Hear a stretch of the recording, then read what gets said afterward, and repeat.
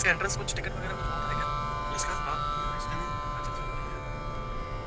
अच्छा अच्छा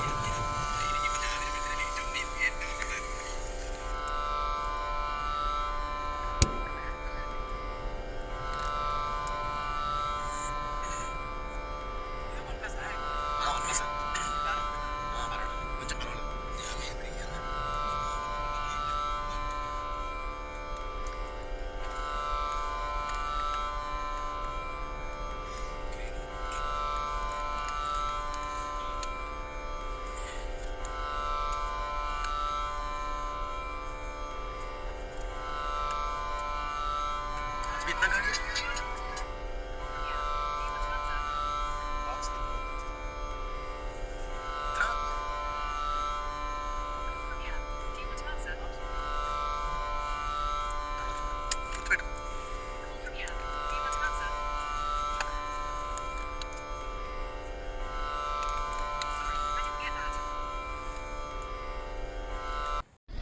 hello everyone, good morning from Dubai.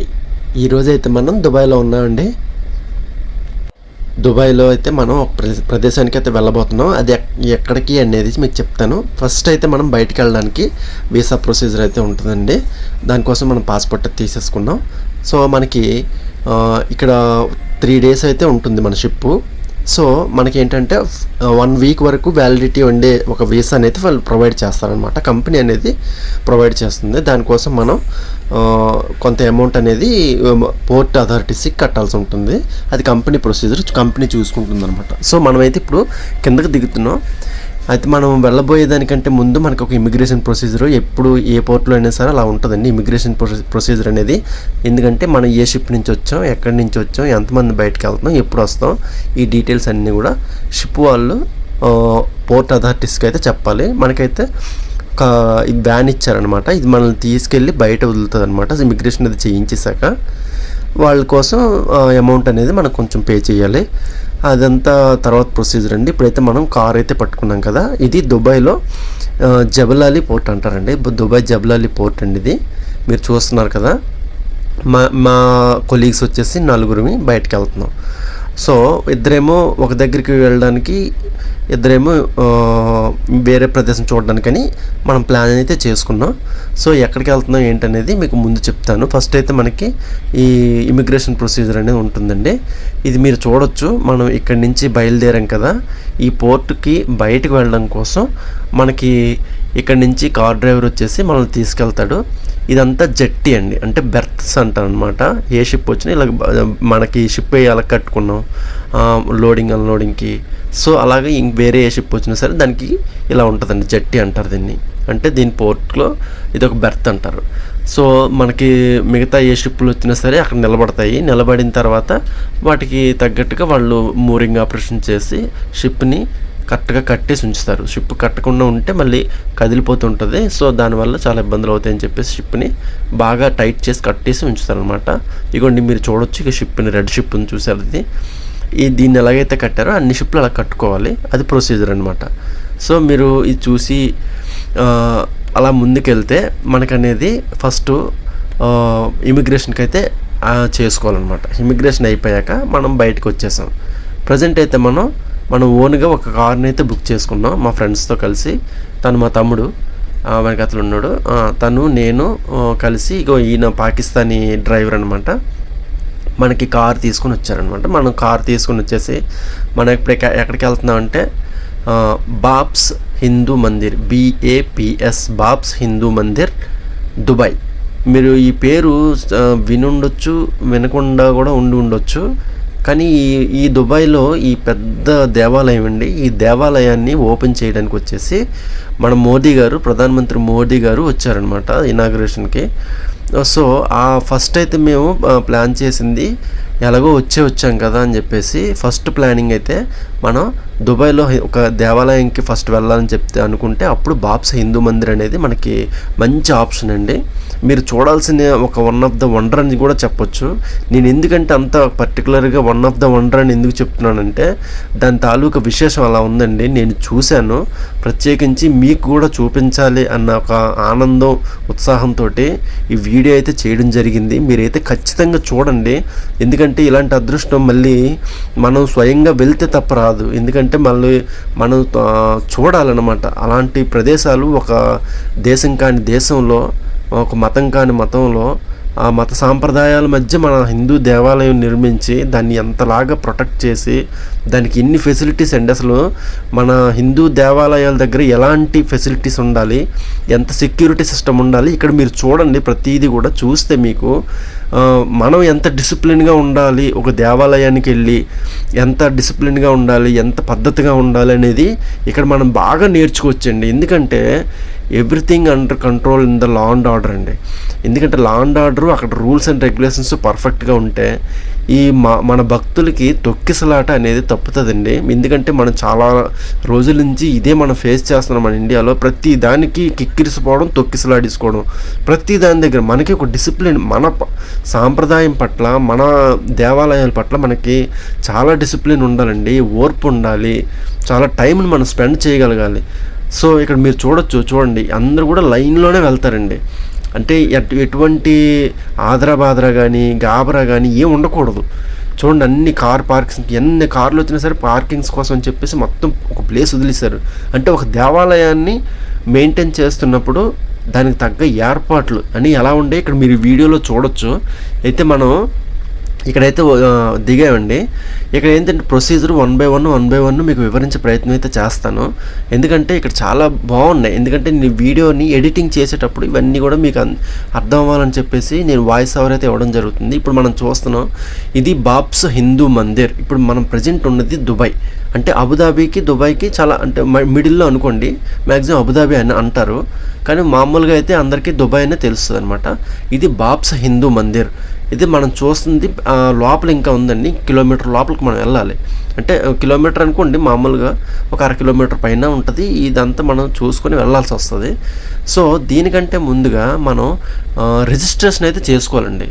ఎందుకంటే మనం ఎక్కడి నుంచి వచ్చాం, ఎందుకు వచ్చాం, ఎన్ని రోజులు ఉంటాం, ఏం పర్పస్ అన్నీ కూడా రిజిస్ట్రేషన్ అయితే చేసుకోవాలి. దానికోసం ఒక ప్రత్యేకించి ఒక కౌంటర్ ఉందండి. ఆ కౌంటర్లో మీ అంతటి మీరుగానే దాన్ని రిజిస్ట్రేషన్ చేసుకోవాలి. ఒకటి పాస్పోర్ట్ డీటెయిల్స్ ఇవ్వాలి, లేదా మీరు లోకల్గా ఉంటున్నారు జాబ్ చేసుకునే వాళ్ళైతే మీకు ఒక ఐడెంటిటీ కార్డ్ అనేది గవర్నమెంట్ ప్రతి కంపెనీ కూడా ప్రతి వర్కర్కి ప్రొవైడ్ చేస్తారు. ఆ కార్డ్ డీటెయిల్స్ అయినా ఇవ్వాలి. సో ఇప్పుడు మేము అక్కడికి వెళ్ళి రిజిస్ట్రేషన్ అయితే చేసుకొని మొత్తం ఆ డీటెయిల్స్ అన్నీ ఫిలప్ చేసిన తర్వాత మేము ఇస్తామండి. వచ్చిన తర్వాత మీకు చెప్తాను, ఇదే రిజిస్ట్రేషన్ కౌంటర్ అండి. ఇది ఫ్రీ అనమాట. కంప్లీట్గా మీరు దేవాలయం లోపలికి వెళ్ళడానికి ఇది ఉచితం. ఇక్కడ మీరు ఎటువంటి డబ్బులు పే చేయాల్సిన అవసరం లేదు, ఫ్రీ. మీరు కేవలంగా మీరు చేయాల్సిందల్లా మీ డీటెయిల్స్ని పర్ఫెక్ట్గా అక్కడ అప్లోడ్ చేసి మీ టోకెన్ కోసం మీరు వెయిట్ చేయాలి. టోకెన్ అనేది ఖచ్చితంగా ఉండాలి మీ దగ్గర. ఎందుకంటే మీరు ఎగ్జిట్ అయ్యేటప్పుడు ఆ టోకెన్ చూపించాలి. మనకి టోకెన్స్ అయితే వచ్చేసాయి. ఇగోండి మేము ముగ్గురం కూడా ఫస్ట్ మా పాకిస్తానీ డ్రైవరు తను అక్కడ కారులో కూర్చుండిపోయాడు. మీరు వెళ్ళండి, మీరు చూసిరండి, నేను బయట ఉంటాను, వెయిట్ చేస్తాను మీకోసం అని చెప్పేసి. సో మేము ముగ్గురం వచ్చేసి ఫస్ట్ టైం నేను విజిట్ చేయడం అండి. ఎందుకంటే ఇది కట్టి సంవత్సరంన్నర అంత అవుతుంది. మనమైతే లోపలికి ఇంకో విషయం మీకు ఇక్కడ చెప్పాలి. మనం లోపలికి ఎంట్రన్స్ అవుతున్నప్పుడు చెకింగ్ ఉందండి. మీరు చెకింగ్కి ఖచ్చితంగా సహకరించాల్సిందే. వాడు ఏది తీసుకెళ్ళొద్దు అంటే తీసుకెళ్ళకూడదు. వాళ్ళు అనుమతించేవి మాత్రమే, వస్తువులు మాత్రమే తీసుకెళ్ళాలి. వాళ్ళు కేవలంగా కెమెరా, ఒక మొబైల్ని అలౌ చేశారు. తర్వాత మిగతా ఎటువంటి ఫుడ్ ఐటమ్ కానీ వేరే ఇంకే వాటర్ ఐటమ్ కానీ ఏమి తీసుకెళ్ళకూడదు. అది లోపల మీకు అన్ని ఫెసిలిటీస్ ఉంటాయండి. మీకు ఫుడ్ ఉంటుంది, తర్వాత వాటర్ ఫెసిలిటీ ఉంటుంది. మీరు చూడొచ్చు ఈ పరిసరాలు ఎంత నీట్ అండ్ క్లీన్గా ఉన్నాయో మీరు చూడొచ్చు. ఇక్కడ మీరు లోపలికి వచ్చాక చెప్పులు విడిచే ఒక చిన్న స్థలం అయితే ఉంటుంది. చెప్పులు మీరు పెట్టుకోవచ్చు. చిన్న చిన్న కబోర్డ్స్ అవి ఇస్తారనమాట. మనకి ఎలా అయితే ఉంటాయి, కానీ ఇక్కడ నీట్ అండ్ క్లీన్ అండి. మెయిన్ మీరు బాగా అబ్జర్వ్ చేయాల్సింది, వచ్చే భక్తులు కూడా వాళ్ళు ఎంత డిసిప్లిన్గా ఉంటున్నారో అనేది కూడా మనం చాలా బాగా గమనించాల్సిన ఒక ఈ విధానం అండి. ఇక్కడ మీరు చూడొచ్చు, ప్రతి ఒక్కరు కూడా, ప్రతి భక్తులు కూడా తమంత తాముగా డిసిప్లిన్గా ఉన్నారు. ఎక్కడ డస్ట్బిన్లో వేయాల్సిన వస్తువుని డస్ట్బిన్లోనే వేస్తున్నారు. అలాగా మన దేశంలో కూడా ఇలాంటి ఇంప్రూవ్ అవ్వాలని చెప్పి సగటు భారతీయుడిగా నేను కోరుకుంటున్నాను. ఎప్పుడైనా సరే దేవాలయానికి వెళ్తున్నాము అంటే గాబరా ఆదరా బాదరా ఉండకూడదు. చాలా ప్రశాంతంగా నిదానంగా వెళ్ళగలము అనుకుంటేనే దేవాలయాలకు వెళ్ళి దర్శించి, ఒక గంట లేట్ అయినా పర్వాలేదు మేము దర్శించుకొని వస్తాం అంతే తప్ప ఈ తొక్కిసలాట ఘటనలో కానీ లేకపోతే ఇలాంటి వీటిలో అంటే ఇరుక్కొని మీరు మీ యొక్క సమయాన్ని వృధా చేసుకుని లేకపోతే మీ ఆరోగ్యాన్ని పాడు చేసుకోవద్దని చెప్పి నా మనమండి. ఎందుకంటే దేవాలయానికి వెళ్తున్నాము అంటే అదొక పవిత్రమైనది, మనకి చాలా ఇంపార్టెంట్ అయింది, మన రోజు చాలా ఇంపార్టెంట్ అక్కడ. కానీ ఇక్కడైతే మీకు దేవాలయం గురించి చెప్తాను చూడండి. శిల్పకళ అనేది ఒక అమేజింగ్ అండి, మీరు ఖచ్చితంగా చూడాల్సిందే. నేను మీకు చూపించగలిగినంత వరకు నీకు చూపిస్తాను, మీరైతే మీరు దాన్ని ఆస్వాదించండి. శిల్పకళ మాత్రం అసలు ఎల్లోరా శిల్పాలు, అజంతా శిల్పాలు, అలాంటి తర్వాత అంత ముచ్చటైన శిల్పాలు అనేది మీరు చూపిస్తున్నాను. ఇక్కడ మీరు ఈ ఫ్లోర్ చూపిస్తున్నాను చూడండి, ఇదంతా వైట్ ఫ్లోర్ అండి, వైట్ ఫ్లోరింగ్. అంటే మనం చెప్పులు లేకుండా గుడిలోకి వచ్చాం, కానీ ఇక్కడ ఎండ ఎలా ఉంటుందంటే మీకు తెలియదండి. అంటే దుబాయ్ గల్ఫ్లో చేసే వాళ్ళకి మాత్రం తెలుస్తుంది ఎండ. తర్వాత మన దేశంలో కొన్ని ఏరియాల్లో చాలా వేడిగా ఉంటుంది కదా, అంటే ఆ వేడి గురించి తెలిసిన వాళ్ళకి చెప్తున్నాను అనమాట. ఈ ఫ్లోరింగ్ అంతా వైట్ ఫ్లోరింగ్ అండి. మీరు ఎంత ఎండలో మీరు కాళ్ళకి చెప్పులు లేకుండా నడిచినా మీకు కాళ్ళు కాలవు. ఎందుకంటే వైట్ అనేది హీట్ రెసిస్టెంట్ అండి, హీట్ని దాన్ని ఇచ్చేది, అబ్జర్వ్ చేయదు. సో దానికి ఏంటంటే వీళ్ళు చాలా తెలివిగా వైట్ టైల్స్ వేస్తారండి. మన దేవాలయాల్లో కూడా ఇలాంటి ఇంప్రూవ్మెంట్ రావాలని చెప్పి నేను కోరుకుంటున్నాను. దీని మీద మీరు ఏమంటారు, మీ కామెంట్స్ అయితే తెలియజేయండి. ఎందుకంటే నేను ప్రత్యేకించి దీని గురించి ఎందుకు చెప్తున్నాను అంటే, మన దేవాలయాల్లో ఇప్పుడు చాలా వరకు అందరికీ అవేర్నెస్ అయితే వచ్చేసింది, చాలా వరకు దేవాలయాలు సందర్శిస్తున్నారు, భక్తి పెరుగుతుంది. కానీ భక్తితో పాటుగా మన సెల్ఫ్ డిసిప్లిన్, మనం సోషల్గా ఉండే డిసిప్లిన్, ఇవన్నీ మనకి అలవాటు అవ్వాలండి. ఎందుకంటే ఇలా అలవాటు చేసుకుంటూ ఉంటేనే మన దేవాలయాల పరిరక్షణ కూడా మన చేతుల్లోకి వస్తుందండి. ఎందుకంటే మన దేవాలయాలను పరిశుభ్రంగా ఉంచుకోవాలి. మీరు నిజంగా చెప్పండి, ఇన్ని దేవాలయాల పక్కన ఎంత చెత్త చెదారం ఇవన్నీ ఉంటుంది, దాని మెయింటెనెన్స్ చేసే వాళ్ళకు కూడా మనం సహకరించాలి. ఎందుకంటే మనం పద్ధతిగా డిసిప్లిన్గా ఉంటే మన వల్ల ఒక వేరే విధంగా ఒక పోట్రే అవ్వకుండా సమాజంలో మనం కూడా ఒక డిసిప్లిన్గా ఉన్నాము అని చెప్పేసి దేవాలయాల దగ్గర మాత్రం భక్తిభావాన్ని మనం ప్రదర్శించుకోవాలండి. ఎందుకంటే ఇది మన సంపద, మన దేవాలయాలు, మన దేశం, మన సంపద. సో దీనికి మీరు ఎలా ఉంది నేను చూపించేది మొత్తం దేవాలయం విశిష్టంతా మీకు చెప్పాను.